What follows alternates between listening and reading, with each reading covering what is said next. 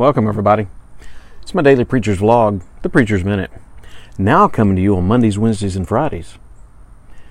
Are you sold out to Jesus, or are you still straddling the fence between serving God and following the world? It's an interesting question, isn't it? The Apostle Paul wrote to the church at Philippi in Philippians chapter 2, verse 17, "Even if I am poured out like a drink offering on the sacrifice and service coming from your faith, I am glad and rejoice with all of you." Paul made a life-changing decision to serve the Lord, illustrated by his reference to being poured out. You see, once you pour liquid onto the ground, it is immediately absorbed and unable to be retrieved. Thus, Paul recognized that his decision to serve the Lord involved a similar level of commitment, and there was no turning back.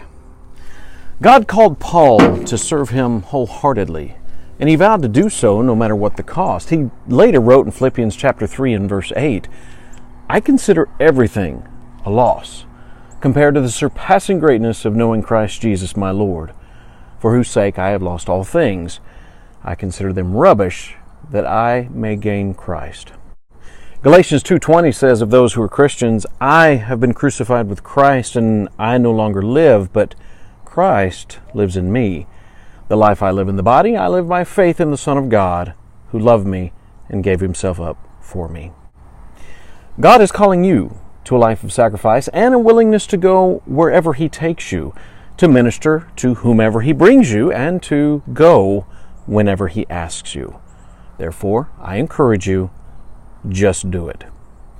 Which reminds me, Nike's new ad campaign says, "Believe in something, even if it means sacrificing everything." And that's the problem today.